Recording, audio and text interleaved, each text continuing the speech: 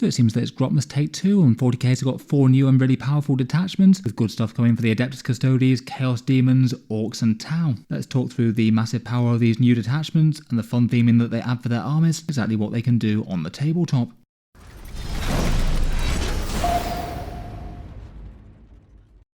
Hello and welcome back to Auspex Tactics, where it's a really busy day for Warhammer 40k and Games Workshop. It seems that as well as the balance pass, they're now going to be doing some individual new detachments for a bunch of armies each time one comes out, in a similar sort of style to the Grotmus detachments. These were detachments that had been hinted in those previous leaks that we got, and it was something that made people suspicious of the leaks as to whether or not Games Workshop will be dropping yet more detachments into the game so soon after the Grotmus ones over December, but apparently this is going to be something that they're going to be doing regularly now. Each balance update, there'll be a number of new detachments added to the game. I guess that means we'll probably have 4 new waves of them before 11th edition Warhammer 40k. If that one does arrive in 2026, as their 3 yearly edition cycles would normally do. The way that these have been delivered is in a similar style to the Grotmus detachments, for 3 of them, so that's the Tau, Orks and Custodes. They're in their individual documents. Rules fully playable for tournament level 40k and everything else right from the word go, and the points for the enhancements are in the newly updated Minotaur and Field Manual, with the faction points for this balance update. The Demon one is in their index, and that probably means it's more intended as an update for them alongside all of the changed datasheets that they've had, but I thought that given it's a new detachment for an existing faction, I'd cover it here with the rest. In any case, the ones that we've got today are the Orks Dakka one, which gives basically a whole bunch of Orc shooting sustained hits too, which is just monstrous extra damage, and the support options are pretty great from there. The Tau Empire gets a fun field testing of experimental prototype weapons with a fairly battlesuit heavy detachment. The Adeptus Custodes get some big damage boosts with their Lines of the Emperor, focused on their units fighting individually, and do enough to make the Guardian Spears really punch up into tough targets. And then the Chaos Demons get the Be'lakor focused Legion of Shadow, again a detachment that looks really quite general purpose for Chaos Demons, and probably feels like a rival to the Demon Incursion if you want to field Chaos on Dividers. For first impressions of these, I think that they all look incredibly strong detachments for their armies. I suspect that at least most of them will probably go straight to top tier for their factions, and maybe if I had to pick an overall winner, it might be the Orc one, which just looks insanely powerful. Let's jump right in though. We'll talk through each detachment's core rules, go through each and every stratagem and the things that they could be good effects on, the enhancements for them, and then just initial impressions based on some of the stronger things that the detachments offer, and maybe a few of the units that could be initially really quite stand out for the armies. Jumping straight in though, and let's start out with the Orks. Their formation is called Dakka, and this one really felt like something that the Greenskins were missing, themed around orky firepower and all very Bad Moons focused. Lots of the theming and the stratagems and enhancements are quite clearly Bad Moon in their heritage, even if they can be used by every single Orc army right now. They perhaps were one of the only other clans that clearly didn't really have any good representation, not really quite fitting in properly with the Tactical Brigade or Dread Mob for Orc shooty style lists. The core rule for the detachment, as mentioned, is incredibly scary, called Dakka. Orc infantry and walkers get sustained hits too when shooting in their own shooting phase, and on top of that they also get the assault keyword during the war. Sustained hits 2 is just absolutely wild. That means for each 6 you get 2 additional hits, and in terms of a relative damage buff, given the low Orc ballistic skill, it's just kind of ridiculous in terms of how much better Orc shooting units are here than elsewhere. If you are hitting on a 5+, then that basically means that you're getting double damage what you would have in, say, Warhorde or elsewhere. And it's still a massive buff, even if you happen to be hitting on a 4+ or you already had sustained hits. It's just kind of hard to go too far wrong with this one. For Orc firepower that was moderately fairly costed in other detachments beyond this, we'll just have some pretty mad value here. Things like looters, tank busters, shooter boys and flashkits are all going to love this in their own ways. The assault keyword is a really nice boost as well. It means that in the war the shooter units still get a good benefit. Being able to move around and gain lines of sight more easily, and also advanced shoot and charge means that you can deal damage in multiple phases. Could be great for things like flashkits or just other general purpose units that have a bit of shooting and a bit of fighting. Just this alone I think makes it a really interesting Orc detachment, but they've got some pretty great support from there. First up, just in case melee was a weakness, they've got Orks is still Orks, 1 command points to reroll wound rolls of 1, or going up to all wound rolls if you're targeting enemies on objective markers, where they'll often have to be 2 score points. Rerolling 1s isn't really all that much, but the full wound rerolls will be massive against the right targets, could be great for allowing things like Power Claws to punch up against tough stuff, or just for any other orky units that's not wounding on a great number to be able to deal some serious damage in melee as well. Flashkits with their strength 5 choppers might quite like, but it's still good melee damage boost if you're wounding on anything like a 3+ or worse. Pretty big that you've already got crazy shooting output and then can still have great melee damage output for just 1 command point. Even better than that one though is for one command point, Get Stuck In, lads. And this one's nominated in the command phase, and the unit that you target counts as being in the war. And given the amount of benefits that gives you, that is just absolutely spectacular. A 5+ invulnerable save, a +1 strength, a +1 attack, and an advance and charge. Never mind the fact that in this detachment you can also advance and shoot as well. And never mind that you could be getting bonus datasheet rules on top of that, say for example Meganobs with a 5+ Feel No Pain, or a Warboss getting an extra 3 attacks, and there's plenty of other examples too. As a result, this feels like it could be one of the single best stratagems in the game. By getting the effects of the war plus datasheet buffs plus the detachment buff, you're essentially using a stratagem that could be around about 3 different stratagems all smashed into one. In particular, if you've got a unit that's going to be able to shoot and charge, you should get some pretty big value out of this with the extra movement and the damage buffs, and even more so for certain units like Meganobs getting invulnerable saves and Feel No Pains. This feels like it's probably one to use just about every turn that you're not in the war and you've got anything remotely appropriate to use it on. Next up, probably one of the slightly more niche ones but still really usable, is Huge Show-Offs. You nominate a walker unit in your command phase, and you get to improve their movement, leadership and OC all by 1, and on top of that they also get a +1 to hit at range and in melee. So that means your Orky Walker's going to be hitting on a 4+, and then also with sustained hits too, so getting around about as many hits as you have shots. And if it happens to be something like a Gorkanaut or Morkanaut shooting and then charging, you might be able to make the advantage of a +1 to hit in both phases. Again, pretty enormous damage buffs there. The extra bits could be alright in a pinch, though the +1 to hit feels like the main thing. For one command point, we've got Called At Dakka. When your Orc unit is shot and takes a casualty, you get to immediately return fire at the enemy unit, and that one could be as much as a fairly full shooting phase for a scary shooting threat, maybe some tank busters or looters, but whether or not it's good will depend on exactly what your shooting unit is and what they're firing at, plus if the opponent's killed a whole bunch of your squad so it's no longer a full squad to retaliate. I'd say it's maybe not really one to plan around, as your opponent might be able to manage it a bit, but just every so often it might allow an Orc unit to just turn around and delete an enemy unit that wasn't expecting it. I would bear in mind that the detachment rule won't take effect here as it's not your shooting phase. Finally, there's 2 nice and simple shooting buffs. One command point for long uncontrolled bursts. This one's an Orc character calling a target basically, nominating one enemy unit within 18 inches, and your entire army gets ignore cover when shooting that squad. With the sheer amount of firepower that this more Dakka detachment can put out, that's a serious amount of value. Most Orky firepower that's efficient is AP1 or AP2, so ignore's cover is really big with how easy it is to get in 10th edition. I feel like you're probably going to have some characters on the front line to be able to call it too.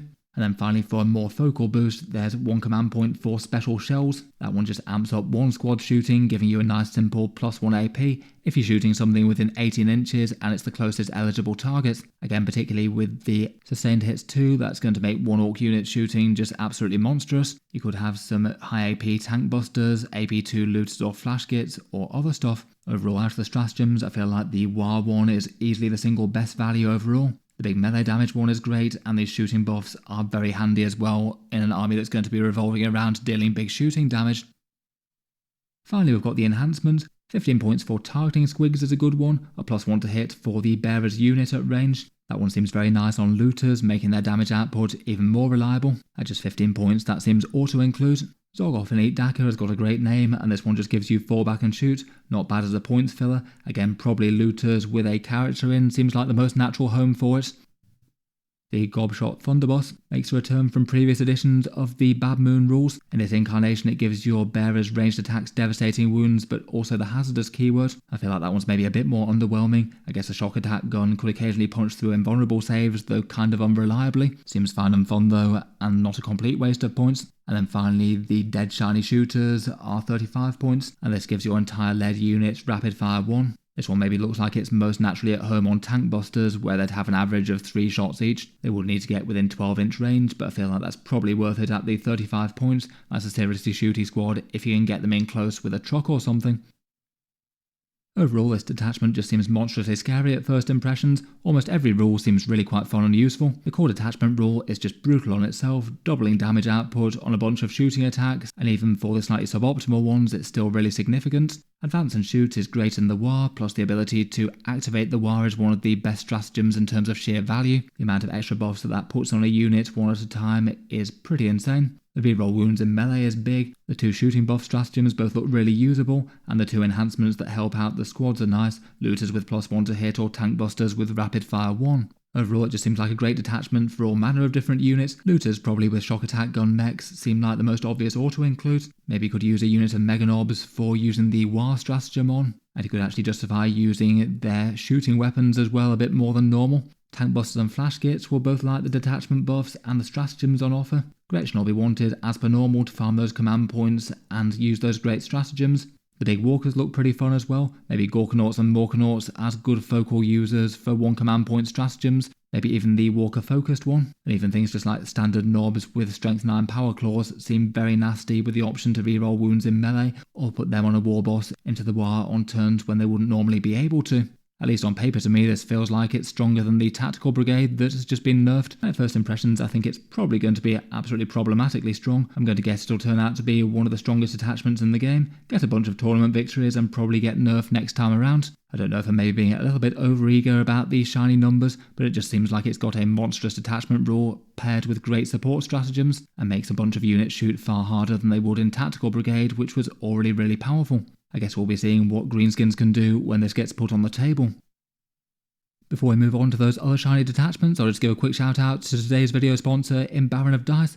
They're a high quality dice maker based in the USA. They made some fancy merch dice for the channel, and their idea is that they basically got a huge range of dice, many of which could tie in really well with certain themes and tropes found in miniature armies out there, both Games Workshop and beyond. A typical offering from them is around about $32 or £28 for 25 dice. They are definitely priced towards the more luxury end of the markets, though I can certainly attest from them that the channel dice and other ones that I've seen certainly feel really nice and roll well, and they certainly have the advantage of having a massive amount of designs available. If you want to check out their range, there'll be links down in the video description. They've got plenty of options that could be good, from everything from Space Marine chapters to ones that are close enough to tie in with all sorts of Imperial Chaos and Xenos factions out there. And they did also give me a discount code Auspex for 5% off if you did happen to be picking up something through them.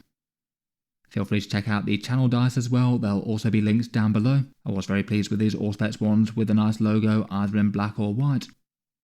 In any case, a big thank you to them for sponsoring the video, there'll be links down in the video description.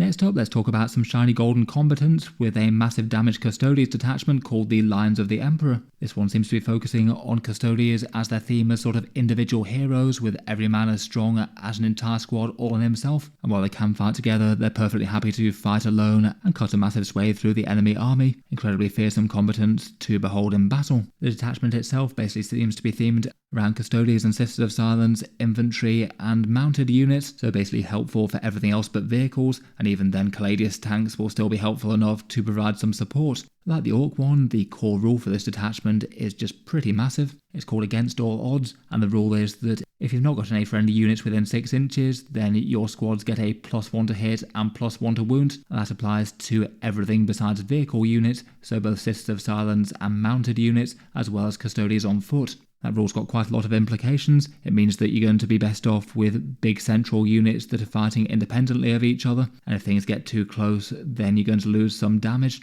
So it does mean that things might not be able to support each other quite as well if you want to take advantage of that. On the other hand though, the damage rule is absolutely massive. For the +1 to hit, it's not usually going to affect the Custodes so much with the 2+ that they have to hit normally. Though I guess it does mean that they might counter things like stealth or other -1 to hit rules out there. The +1 to wound rule is absolutely enormous for Custodes infantry though. Guardian Spear profiles really like that. Strength 7 means they're generally wounding everything on a 5+, so basically even the toughest stuff would normally be wounded on a 4 here. It also very much does affect range and melee as well, so all those Strength 4, AP 1 and Damage 2 shots from things like Guardian Spears and Castellan Axes are just going to be so much more punchy here. A +1 to wound on those is absolutely brutal.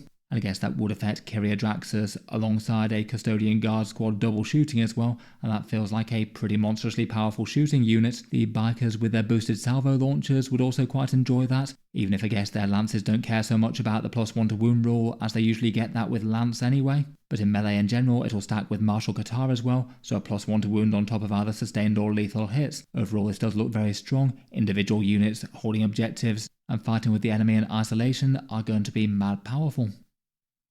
For the stratagems that they've got, for one command point we've got Gilded Champion. This one allows a Custodes character to use their once per game ability without expending it, and you have to declare it the first time it's used. So say for example if Trajan Valoris uses his Moment Shackle, you'd use it on the first time that he uses that, and then hope that he survives long enough to be able to use it again. A fair few of those abilities are really quite impactful. As mentioned, Trajan Valoris seems like one of the best value ones, getting up to a huge amount of attacks or other big effects. There's plenty of other units that would enjoy that as well though.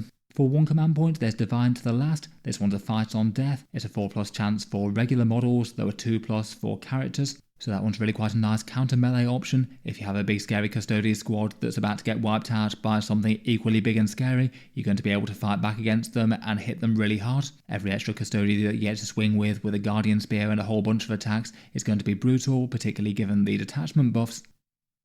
For one command point, there's Peerless Warrior. This one just gives you precision in the fight phase. So basically a boosted version of Epic Challenge if you already had a character leading the unit. I feel like with a whole slew of Guardian Spear attacks, you're pretty likely to slay most characters that you'd like to. And this one could give you some pretty great options to countering and destroying enemy leaders. There's the return of Unleash the Lions for one command point. This one allows you to split a Terminator squad into individual Terminators in the command phase. So that would be the Alvarez or the Aquilon Terminators, potentially splitting in theory into up to 6 individual Terminator units, all fighting side by side. This one is kind of fun that you can have the Custodes go their own way. They could be seriously annoying to deal with and force the enemy to do a bit of overkill when they allocate attacks to different units. They wouldn't just be able to pile all of attacks into one big central unit and hope for the best. And I believe that if you split the Alvarez squad and they haven't used their once per game ability, you might be able to have multiple turns worth of individual Terminators teleporting around to do secondary objectives and things, and that could be really quite useful to have. I guess on the damage side of things, it might run a bit counter to the detachment rule, given that if you have multiple units side by side suddenly, then that means that you're not going to be triggering your detachment bonus, so it would come with a bit of a trade-off in terms of the damage front here, unless they all went their own ways separately or some of them got killed. It's definitely a big win for the fun factor with that stratagem though. Next up, we've got Maneuver and Fire. This one's fallback, shoot and charge for a unit. Really big on a scary melee unit that might get locked up fighting a powerful enemy. It's not always going to be particularly needed, but it could be really big to engage the things that you most need to and not get tied up with something really tough that you can't kill. Getting a bit more Guardian Spear shooting on the go really wouldn't be the worst idea when it's +1 to wound as well. Finally, Swift as the Eagle is one command point, and a non-vehicle unit that was just shot gets to make a reactive normal move of up to D6 inches. Reactive moves like this on really powerful Custodes units are always interesting, and you might be able to have a model recoil out of line of sight or back away from charges to the point where the opponent fails. It's just never going to be enormously reliable with this one, given that you could just roll a 1 and basically not really move anywhere at all. But if you do get lucky and roll a mid or high number, then it could allow you to do some pretty big stuff. This one could be quite nice on solo running characters as well, as a couple of the enhancements seem to encourage you to do. Overall, good stratagems here though, I think. The Gilded Champion one makes Trajan Valoris seem like quite a good idea here. Fights on Death and Precision are both really quite handy to flex into, though a little situational. Unleash the Lions, I'm not sure how sensible or big it would be to build around that, but certainly seems good fun. And both the ones on this page again seem very useful for these big individual units that you're likely going to want to build around. Finally, for the enhancements though, for 25 points there's Superior Creation. This one's an infantry model that gets to revive on death on a 2+, getting 4 wounds remaining when it does so. Given how big the defensive profile of Custodes is, that's absolutely no joke at all. And you could even have that on an Alvarez captain, just going it alone and using that ability that he has to reduce all damage to 1, and potentially even do that for 2 turns. It means that you could have a scary character fighting in isolation that the opponent's really not going to be able to put down very easily whatsoever, and basically you know 100% that they can't kill it in any one phase. As if that weren't enough, there's also the option to run a character alone with Presidius. That's the 25 point one that gives you Lone Operative and Stealth for a Custodes character. Maybe could be fun on a Blade Champion for that one to be wandering around the board and dealing some big melee damage with his stat line. A Biker Captain seems like that's a really good choice for that one as well, given how fast that they can move and how tough they are, particularly now they went down in points cost a fair bit.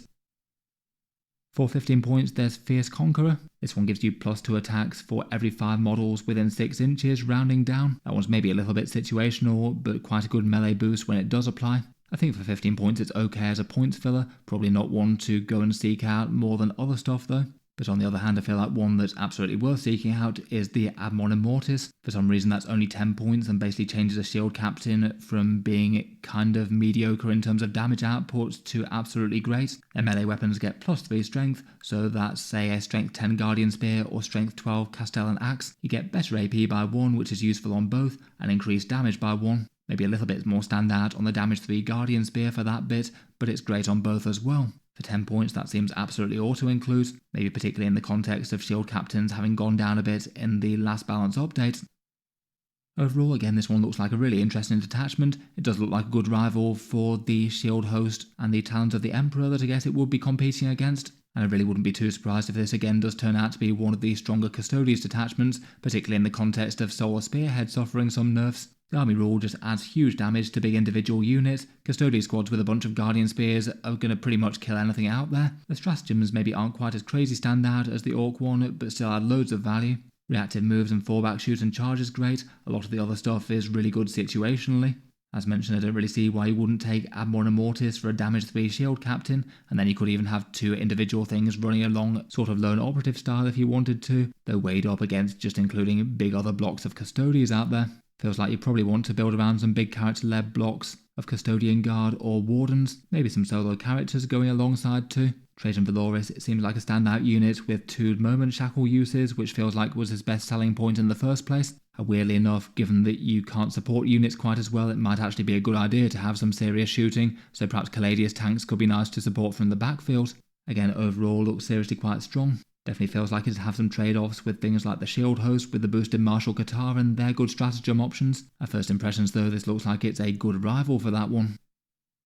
Next up, we've got some fancy Tau with some fancy guns. The Tau get the experimental prototype Cadre. It's really quite nice to see an extra Tau detachment out there now. They did feel a little bit underserved by their codex only having 4 detachments when they're one of the more bigger and established Warhammer 40k factions. Even if they did have the auxiliary Cadre added on after that. I feel like the theming for this one's really quite a fun one as well, themed around the field testing of prototype war gear. That's certainly something that the Tau have been well known for in the past, driving improvements so they can field test their weapons and put them to use against new foes. The core rule for this one is really quite a straightforward one. It gives you a +6 inch range to all your guns. It's going to be most impactful for all the shorter range things, so good for stuff like fusion blasters and flamers which go out to 18 inch range, and nice enough maybe for breaches and devilfish as well, though the majority of the detachment boosts do seem to be more focused on the battlesuit units. It certainly doesn't hurt on mid-range stuff as well. Things like plasma rifles or burst cannons to 24 inches is rather nice, and could be nice enough for things like Ghost Kill fusion colliders and getting extra melter range threat on them. Bear in mind though that unlike Retaliation Cadre, Calyon and Montcar, this one doesn't give you a core damage boost, and the damage boosts out of those detachments are really quite significant ones as well. They do have some powerful options for shooting harder in the stratagem section.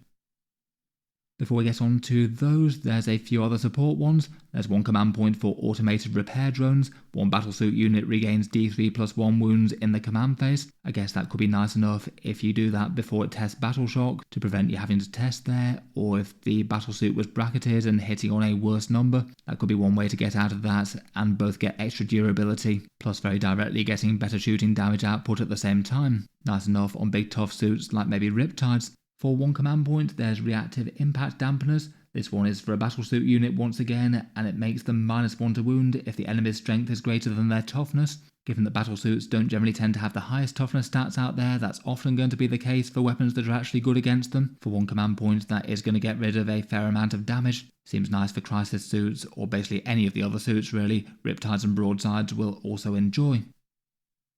On to the damage buffs though, and for 1 command point there's experimental weaponry. This one allows your units to re-roll the dice when determining numbers of attacks for various weapons. I guess it feels like the most obvious choice for this one could be flamers. You could pack a bunch of those into a star-size suit unit or firing out at 18 inches. For individual big single shot guns with a blast profile like the ion cannon, it just seems better to re-roll the dice with a command point re-roll if you roll low, and don't spend the command point if you roll high. For the actual average number of shots increase for flamers though, it's not going to be huge even on 6 flamers in a star-size unit. You might get something like an extra 4 or 5 hits overall, maybe more if you've got a commander that could make use of it. It's not nothing, but I feel like it's probably weaker than the other damage stratagems by quite a way. Speaking of which, for one command point, there's experimental ammunition. This one either allows you to boost your shooting by 1 strength and take no risk, or boost your shooting by +1 strength and +1 AP, though all your weapons gain the hazardous keyword. You can't combo this with the next stratagem coming up, which has a similar sort of trade-off. For one command point, if the +1 strength ever equates to +1 to wound, that's usually going to be at least fairly good value on any good sized shooting units. That could apply to all sorts of Tau units, though ideally you'd want something that's adequately big and scary enough to warrant it. With extra AP as well, that will be rather nasty. If it does translate to +1 to wound and the AP makes a difference,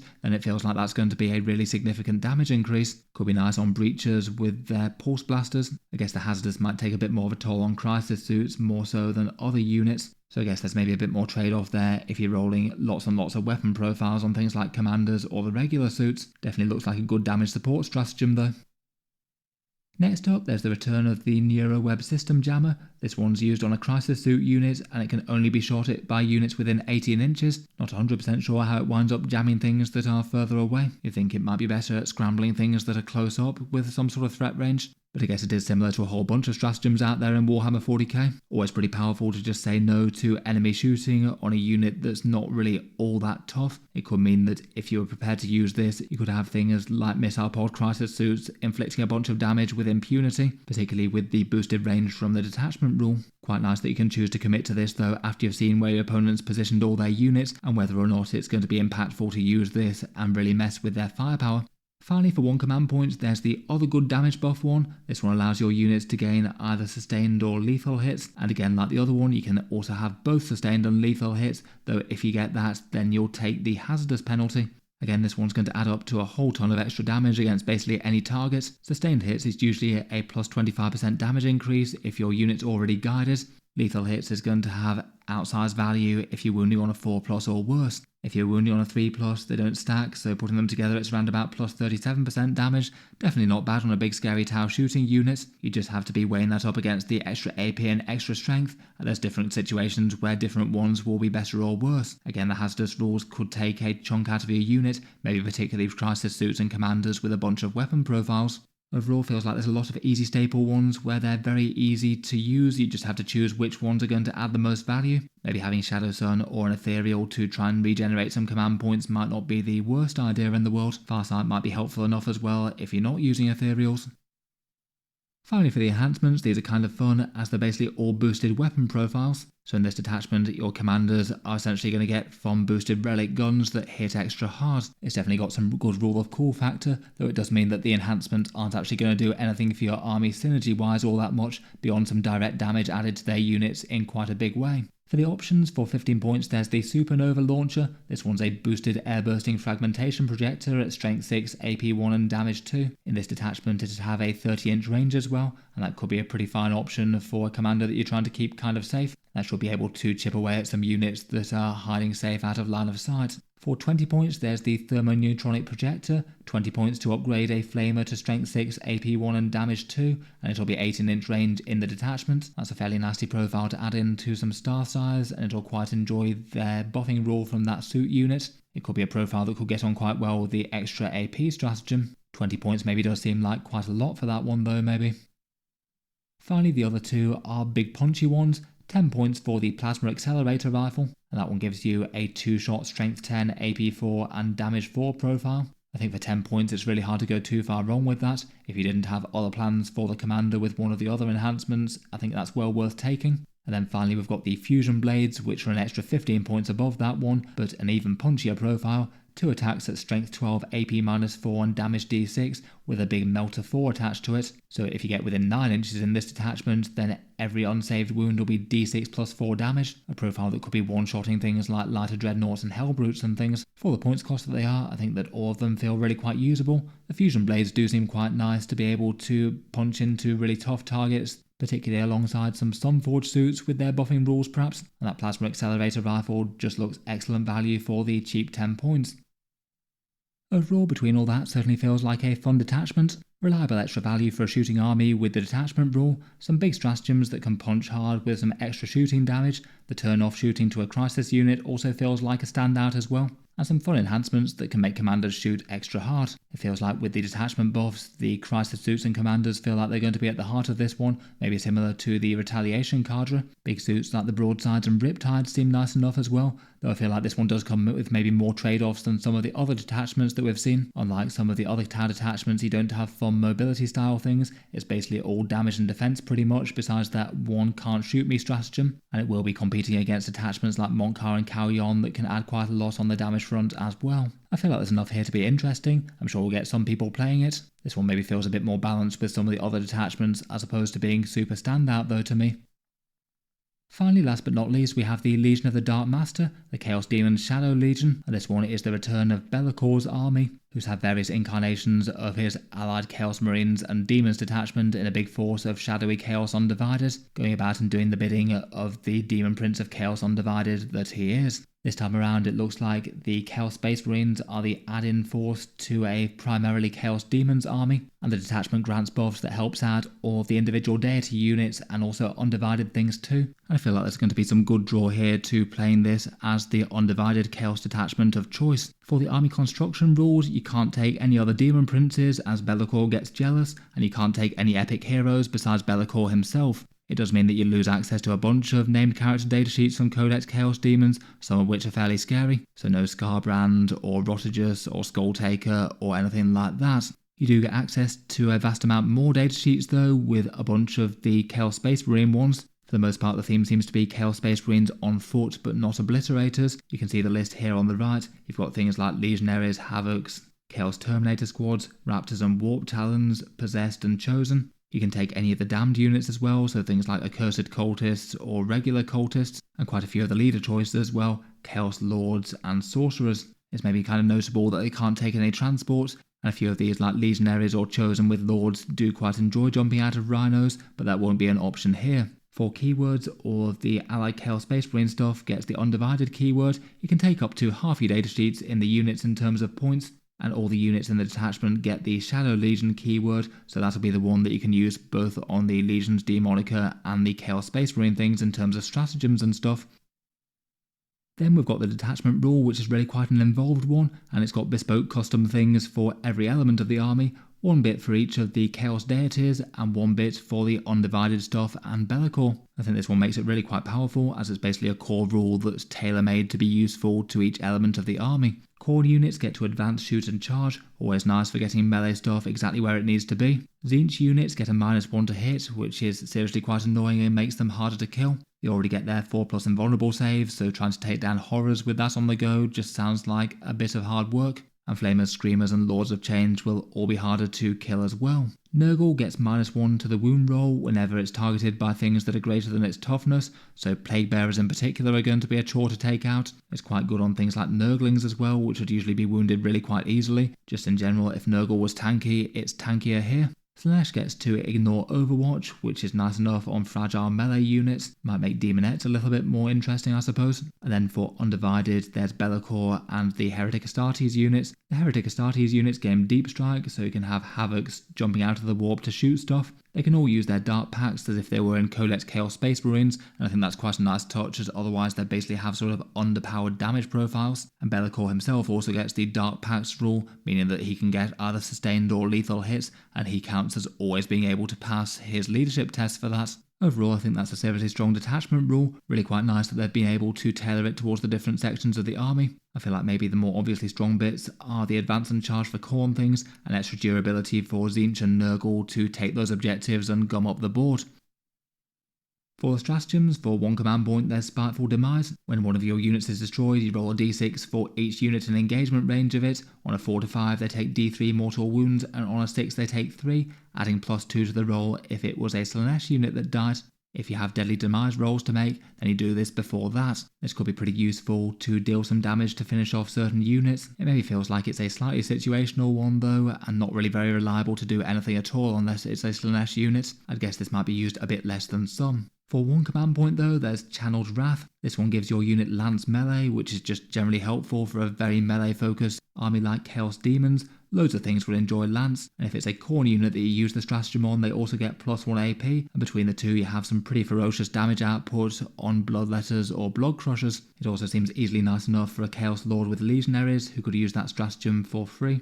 And some of the other Chaos Space Marine units have really quite liked that as well, possessed to get some good value out of the +1 to wound too. For 1 command point, there's Death Denied. In your command phase, one model regains 3 lost wounds. If it's a Tzeentch model, you get to also restore 1 lost model to the unit on top of that. I guess maybe that could be some extra good value on Flamers, healing 1 and then restoring 1. In any case, nice enough on any big valuable model. Could be handy to just pile a bit more durability onto one of the greater demons so they're harder to kill. Could be nice for Be'lakor himself, or a Great Unclean One, or a Bloodthirster. And it could also be nice enough for a unit that might be testing Battle Shock, or one that has a bracketing profile with a -1 to hit, and you can avoid that by restoring a few wounds. A little bit on the situational side, but handy enough to have. For 1 command point, there's Binding Shadow. This one's a return to reserve for 1 Legion's Demonica unit and 1 Heretic Astartes unit. You can have up to 1 of both. Return to reserve stratagems tend to be pretty great, and being able to do it on 2 units at the same time is nice enough. It might be a little bit more impactful on things that can deal damage from reserve, so shooting units. Maybe Havocs could be an obvious one to use on for the Chaos Space Marines, but otherwise Flamers and things are nice enough for the Demons. This one's just pretty good for having units that are able to do secondary objectives round and about there though. For 1 command point, there's Encroaching Darkness. Again, this is up to 1 Legion's Demonica unit and 1 Heretic Astartes unit, and these get to ignore cover on the turn that they were set up on the board. I guess that could lead to some fairly punchy shooting. Again, maybe Havocs seem like one of the more obvious choices, given that they're the biggest range damage dealer of the Space Marines. Maybe paired with something like a Lord of Change or similar. Maybe feels a little bit on the situational side though, and not a crazily powerful stratagem to warrant doing that in the first place with. And then finally for 2 command points, there's Shade Path. This one's -2 to charges. If a Nurgle unit uses it, then the enemy unit also has to test Battle Shock, which could potentially get in the way of doing things like command point rerolling, I suppose. I think if this was 1 command point, it'd be a good stratagem. At 2 CP, I think it's going to be too pricey most of the time. Could still be really quite a big thing though if it prevents a charge from Deep Strike, or if your opponent's maybe got an 8-inch charge to make, then you could make it massively harder if it is going to be absolutely game changing. Finally, for the enhancements, a few of these are really quite nice. For 15 points, there's Leaping Shadows. This one means that models in the Bearer's unit get Scout 9 inches. That's a seriously big scout move and something that you could do on something really big and intimidating. You could rush forward with a Greater Demon like a Bloodthirster, or put an annoying Great Unclean One right on a central objective straight away. Or you could move Blood Crushers or a Chosen and Lord combo up to get into the fight dead early. Lots of potential for that one. I think particularly with a 9-inch scout move, that one really feels quite standout. For 20 points, there's a Mantle of Gloom, -1 OC for enemy units in engagement range of your unit. That one doesn't feel as good value for the points cost to me. Maybe could be an option for a Great Unclean One that might be quite likely tagging things in melee but not killing them. For 15 points, there's a really interesting one called Fade to Darkness. This one sort of gives you the Warp Talon style buff. If you destroyed an enemy unit in the fight phase, the Bearer's unit can immediately return to Strategic Reserve. I guess the idea there could be that you could have a unit that charges in and kills something, then the opponent starts their turn, moves their units around, and then you could rapid ingress to get them to line up a charge on something else. So basically you could do the whole Warp Talon shenanigan maneuver, but with a unit that's significantly more big and threatening than them and can even take down tough stuff. Feels like one that you'd have to build around and maybe use fairly intelligently, but brutally strong and hard to counter if you can get the unit set up and repeatedly destroying things. Finally, for 25 points, there's Malice Made Manifest. At the start of the fight phase, roll a d6. On a 2 to 5, the enemy unit takes d3 mortal wounds, and on a 6, they take 3. That one doesn't feel too awful as a small damage boost, but still not really stand out all that great for 25 points in my opinion. I guess could be nice enough to chip into extra damage. Maybe you could throw it into the mortal wounds that a Bloodthirster might be able to do for even more damage there. Finally, while we're on the Legion of Shadow, it's probably worth mentioning Be'lakor's new datasheet as well. It doesn't seem that you're under any obligation to actually take him in this one if you don't want to, but if you do, he's now 375 points, up from 325. The big increase in points cost has got some stat line upgrades though. He now has a 3+ armor save, toughness 11 up from 10, and 20 wounds up from 18, so he is overall a fair bit harder to kill. He still gets a bubble of the Shadow of Chaos. He still has his big Can't Shoot Me buff that can basically turn off enemy gun lines early on, but now when he closes with the enemy, his other 2 aura buffs are more interesting. The Paw of Despair one that makes enemy units have to test Battle Shock now extends a bit further and might heal Be'lakor himself if the enemy fails, and the Shadow Lord one is just a damage buff, rerolling ones to hit within 6 inches rather than leadership, and his buffing rules apply to the Heretic Astartes in the Legions of Shadow one. Finally, his damage got a small upgrade as well. His big profile is now 7 attacks and gained devastating wounds rather than lethal hits. I think overall that's a fair bit more useful given that he'd be wounding most things on a 3 or better anyway, and even his swoop mode got a bit better with sustained hits 1 on top of that. In this detachment he'd also have either sustained or lethal hits going on too. Overall still seems interesting. I feel like he's probably a bit of a side grade on what he was given that he's 50 points more expensive, but he definitely got a fair bit more dangerous and a fair bit tougher. Overall though, to me this does look like a fun and strong Chaos Demon detachment. Looks like it's a worthy rival for the Demon Incursion. More datasheet access is nice enough, and this does give you a lot of interesting options. The core army rule is really nice to have it themed to the different areas of the army. Extra tough Tzeentch and Nurgle chaff, extra dangerous corn stuff. Return to reserves is nice, scouts 9 inches for a big scary unit is really good, and the return to reserves thing after killing something could be kind of monstrous. Greater demons or big scary character combo units doing that repeatedly could be horrendous paired with rapid ingress. I do quite like the Khorne stratagem as well with the potential for lance and extra AP. You will be trading off some easy setup to get melee stuff into units though with the Demon Incursion. That one with all of its 6-inch deep strike drops still has some seriously good stuff. At first impressions though, it does seem that there's enough strong stuff here to make this one a serious contender against that though. I feel like they've both got their good points. In any case though, I feel like it's a pretty interesting day for Warhammer 40k. Feels like these detachments both add a lot of fun theme, some things that might have been missing from their codexes, and they all seem strong enough to be worth putting on the table, which is nice. Though as mentioned at first impressions, it feels like the Orks one might be kind of monstrously strong with that sheer amount of Dakka. Let me know your impressions on them down in the comments below. As mentioned, a big thank you to Baron of Dice for sponsoring this one. If you want to give a look over their various fun faction dice out there, then the link's down in the video description. And as mentioned, if you are ordering any of them in, then there's that code Auspex for 5% off any order.